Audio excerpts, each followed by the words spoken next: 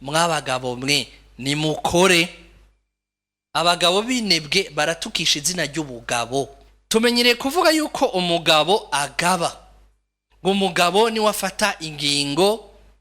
Hari abandi bakubwira ngo umugabo ni wazana rasiyo, ukamengo nta kindi ajejwe, ukamengo umugabo ntarera. Iyo umwana adagira indero, umuntu wa mbere bafata umugabo, zomva ngo mada ngo wa mwana wawe, ukamengo ntimwamuvyaye muri babiri.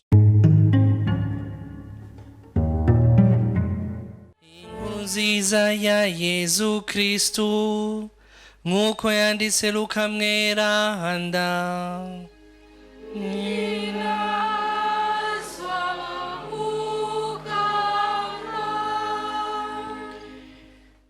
Uko umwaka utashe, abavyeyi ba Yezu bahora baje i Yerusalemu ku minsi mikuru ya Pasika. Aho Yezu amariye imyaka 12 adugana n'abavyeyi biwe i Yerusalemu nk'uko bama babigirira ku minsi mikuru ya Pasika. Iminsi ya Pasika imaze guhera, barataha. Umwana Yezu asigara i Yerusalemu, n'aba bavyeyi biwe batabizi.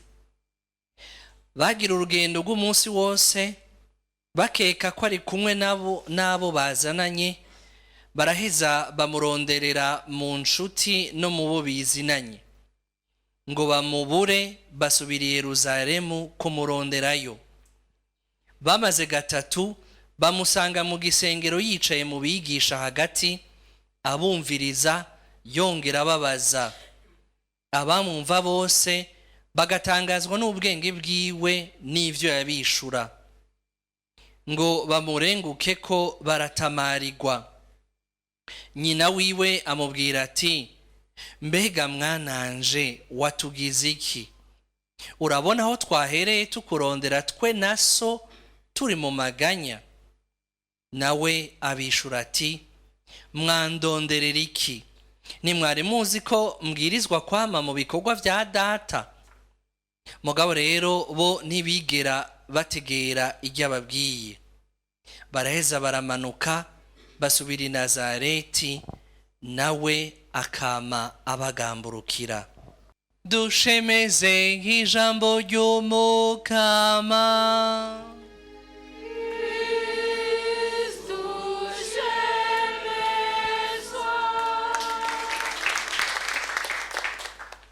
Hahiriwe umusuku w'ibanga, Imana imushinga umuryango wayo.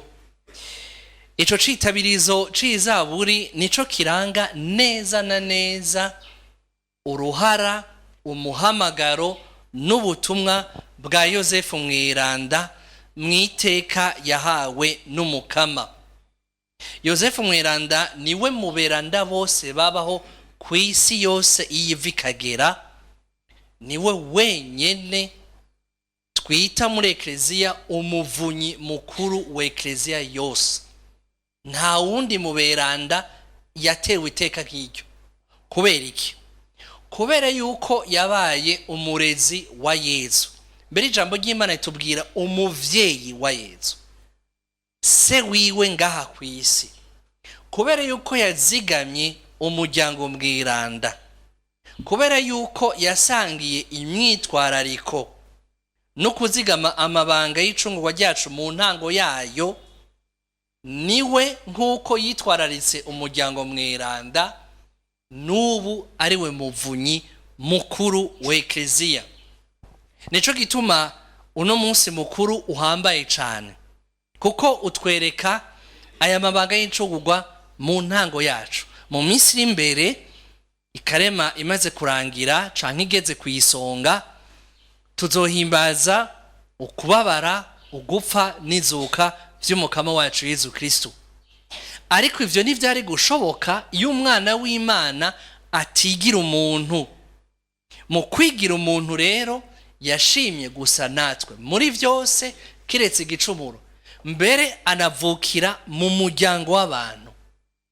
No kuvuga yuko yari afise umuvyeyi, nyina ngaha ku isi ari we Bikira Mariya, mugabo yari afise na se yamureze, yamwitwararitse, yamwigishije ivyo ashobora kumwigisha kaba umuntu bwiwe, naho na wene yari kiremwa ciwe.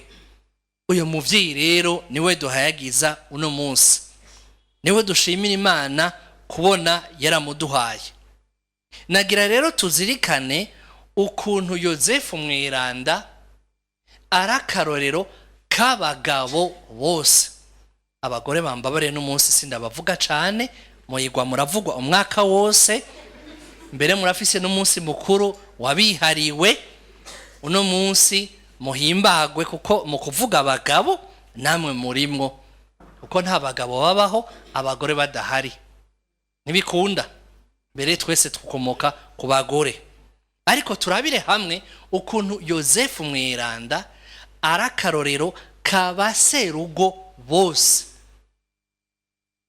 Tumenyereye kuvuga yuko umugabo agaba, ngo umugabo ni wafata ingingo. Hari abandi bakubwira ngo umugabo ni wazana rasiyo, ukamengo nta kindi ajejwe, ukamengo umugabo ntarera. Byama bintangaza cane kandi bintwenza bikahakwa kumbabaza. Iyo umwana adagira indero, umuntu wa mbere bafata umugabo, zomva ngo mada ngo wa mwana wawe, ukamengo ntimwamuvyaye muri babiri. Yozefu mweranda rero atwereka icarico umugabo nyamugabo, umugabo nyizina, umugabo mu mugambi w'Imana nico yahamagariwe. Icambere caranze Yozefu mweranda, mugiye mugasoma ukuntu Yezu yavutse n'ubugamburutse. Yozefu yarafise umufiance, bari bamumwemereye Mariya. Hanyuma Imana imuhindura programme ijana kwijana. Ibaze namwe mwabagabo, abagore mubanze mwikawusha gatoya, mwabagabo ibaze ufise umuntu mwateguye yuko muzogira mariage, dufate igenekerezo ry'11 ukwezi kwa kane azobari kwa gatandatu, nabitoje neze mbere kubivuga, kandi n'inyuma ya Pasika ama mariage azosubira agwire akomere. Hanyuma ukaza wumva umumareka mukama aje mu ndoto akubwiye mu kwa gatatu mariage no mu kwa kane, byose mwateguye, amakaziye mwararondeye, amadeni mwarafashe, ikibanza bizoberamo byose. We ntusimwe n'umutima ngo wewe ijyanda yujya mu kobwa mwari kubakana ivuye kuri mutima mweranda, wowe vyakira gute? Tutabeshanye, mureke kwigirisha nga turigisha ngo turaba Kristo, umengo twese turaberana. Abagabo, abagore mubanze mwikawusha, kuko abagore wowe n'indi dosi, wowe vyakira gute? Ariko ikintu cambere camuranze, ijambo ry'Imana ritubwire yuko yaciye ahaguruka ngo yakira Bikira Mariya. Nukuvuga yuko ikintu cambere cobwirijwe kuranga umugabo nuko imbere yo kurondera kugaba arondera ishaka ry'Imana. Nk'abagabo mwe rondera ishaka ry'Imana, rondera kuba abayobokera Imana, nimurondere gutwaza igikenye, nimurondere kwishira aho mushatse, rondera ishaka ry'Imana. Ariko bisaba ko umuntu yivako, yiheba, agaca bugufi, akagamburukira ishaka ry'Imana. Muga kugira umuntu agamburukira ishaka ry'Imana nuko aba yaramenyereye kumviriza ishaka ry'Imana. Ivyo byose vyaranzwe mu gacerere. Yozefu niwe mweranda wenye nta jambo na rimwe muzomwumvako. Bibiri yivi kagera hose nta jambo na rimwe, n'ubugamburutse ishaka ry'Imana akaca birangura. Mugabo twebwe abagabo sivuze ko dukunze kuvuga, mugabo iyo tuvuze turavuga, tugategeka, tugatongana, ukamengo ubuzima bwacu nukuvuga. Ese twovuga make tugakora vyiza vyinshi bibereye. Ico ni cambere. Ica kabiri, Yozefu yari umuntu w'intungane. Amaze kubona yuko umufiance wiwe Mariya yibungenza, inda atamuteye, atazi aho yayikuye, hakumumaramaza ngo amwirukane, kuko murazi yuko umugore yibungenze inda y'ishushu ijambo ry'Imana mu bwuzuye bwa kera yategetswe kwicishwa amabuye. Omengo abahebreyi ni nk'abarundi bamuta mu gisumanyenzi, murabizi ukuntu byagenda. Mugabo kubera yamukunda vy'ukuri naho atatahura ivyari byamushikiye, avuga ati reka ndamuhebere mu misho narinze kumumaramaza. Abagabo iyo tutamaramaje abandi turimaramaza twebwe nyene. Iyo tutararaje abandi, ivyo n'abagore barabikora, dusanga turiko turavuga amajambo atabereye. Ceceka, hora, rondera ineza, ba intungane. Muri Bibiliya ijambo intungane ni ukuvuga umuntu akora ibibereye mu maso y'Umukama, apana mu maso y'abantu, mu maso y'Umukama. Ica gatatu, Yozefu mweranda abagabo twomwigirako, yari umukozi. So umugabo yicaye aho ntareze amaboko mu mpuzu, yari umubaji. Ijambo ry'Imana mbere Yezu yakuze i Nazareti bamwita umuhungu w'umubaji. Iki ko yoba yari umubaji sico gikuru, nuko yakora n'iminwe yiwe.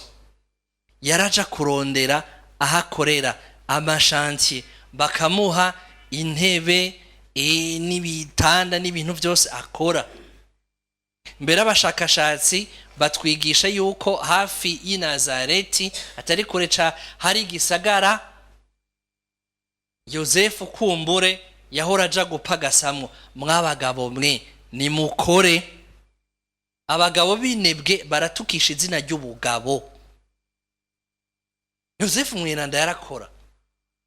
Ego urashobora kubura akazi nivyo, mugabo hari n'abandi umengo naho umuntu yobaha akazi, si bose, siniko ndavuga abagabo bose, ucumengo barimenyera. Kora uko ushoboye. Yozefu yaratungishije umuryango wiwe, n'ivyo yakoze akabibirera kuya. N'umukozi rero twige gukora. Ica kane, Yozefu yarabungabunze umuryango mweranda, umuryango wa Yezu Mariya nawe nyine arimwo Yozefu, mbere arahungisha umwana Yezu. Muribuka yuko bashatse, Herodi yumvise yuko umwami wa Yahudi yavutse, hanyuma Herodi agafata ingingo yuko abana bose b'abahungu hagati y'imyaka ubusa n'imyaka 2 bicwa. Ijambo ry'Imana ritubwire ko Yozefu yaciye ahungisha umwana wiwe amutwara mu Misiri. Yozefu rero yaragwanira umuryango wiwe. Umugabo nyamugabo n'umugabo agwanira iteka ry'umuryango wiwe. Umugabo aticaye kugira ngo umuryango utere imbere, utagatifuzwe, ukingigwe. Na ukingira gusa ibibuhanamiye biwutera biva hanze, mugabo n'ingeso mbi zose Yozefu nuko yakora. Sico gusa, mwibuke Yezu agira avuke, Bikira Mariya yibungenze. Uwafashe urugendo bari kumwe na Mariya, kandi urugendo rutari ruto, bava i Nazareti baja i Betlehemu, uko umwana w'Imana atezwe kuvukira i Betlehemu mu gisagara ca Dawudi.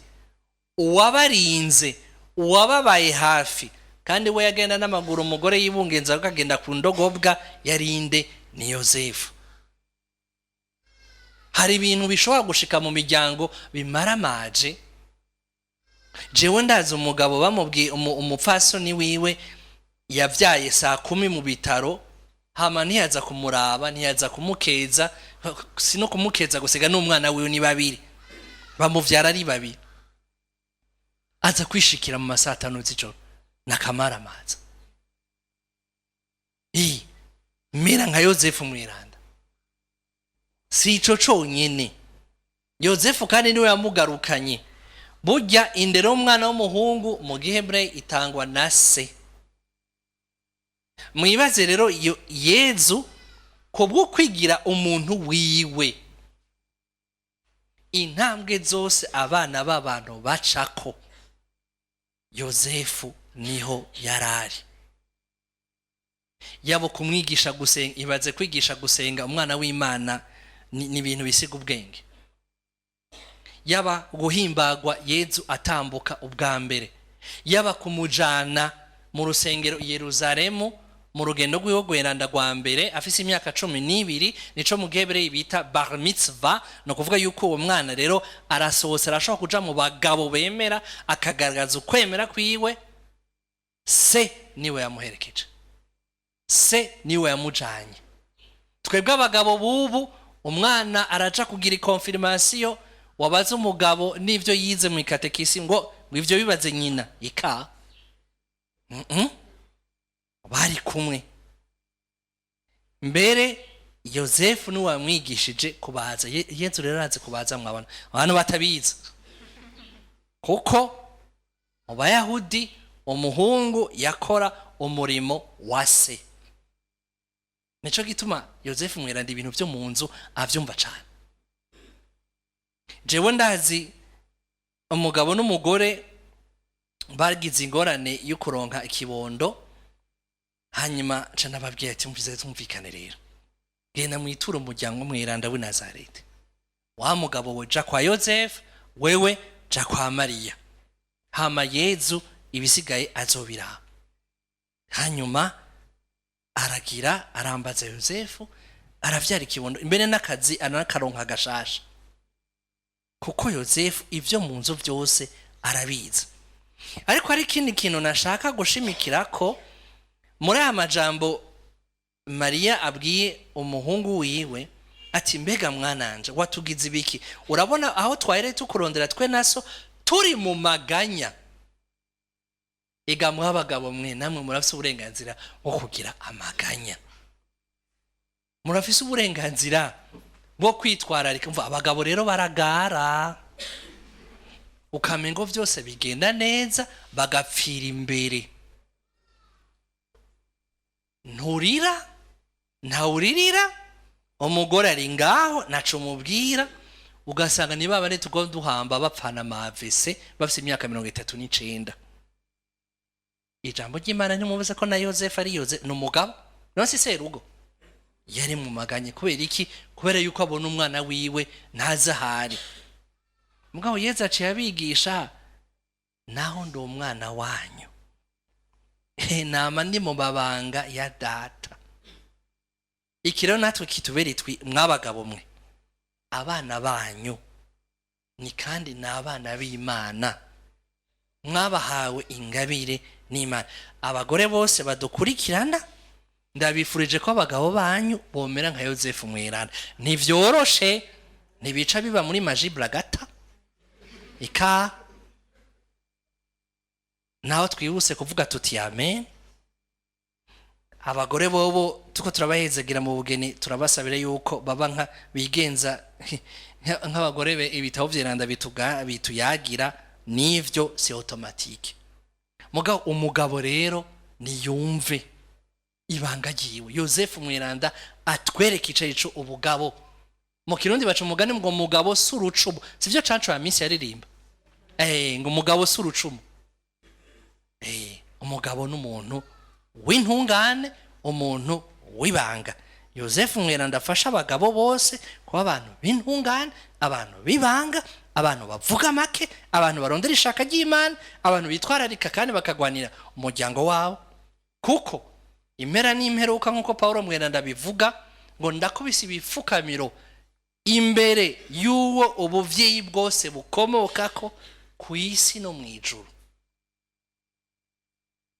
Yozefu mweranda nafashe abagabo no munsi ni musiguye ko mugabo mva muronsa abagabo mwe nabo n'abagore muca mutagatifuzwa, sivyo none mwabagore mwe? Allo, turi kumwe? Basabire rero muno nkuka y'imisa Yozefu mweranda ababere umuvunyi, ababe hafi. Amen.